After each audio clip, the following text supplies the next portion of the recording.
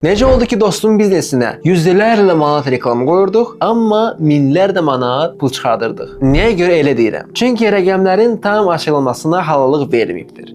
Amma sadə dillə desək, biz qoyduğumuz pulunun 6 qatını çıxardırdıq. İndi istəsəz özünüz şotkaya vurun və baxın görün bu biznes nə biznesidir. Mənim dostum Stombaku səhifənin adminidir və qolbaq, təsbək və digər aksesuarları satır. Amma bu nəticəni əldə etmək üçün 5 addım etdik. Birinci, tam sıfırdan səhifəni rebranding etdik. İkinci addım, səhifəni halal dəyərlər üzrə qurduq və haramdan istifadə etmədik. Yəni ki, musiqidən, acı-saçı xanımlardan, faiz və s. istifadə etmədik. Üçüncü addım, elit reklamlara etdik. Fotoqraf və videoqraf tutduq və sırf çəkilişlərə 300 manatdan daha çox yatırım olundu. Dördüncü addım, doğru şəkildə öz metodologiyamız ilə reklam vurduq. Beşinci addım, satış texnikası artdı və əlavə olaraq orta çəkiyi artırdıq. Yəni necə, müştərilərlə nə cür danışmaq lazım olduğunu addım-addım qeyd etdik. Və əlavə olaraq, əgər əvvəllər ortalama çek, yəni bir insan ortalama olaraq 20-30 manatlıq təsbih qolbaq alırdısa,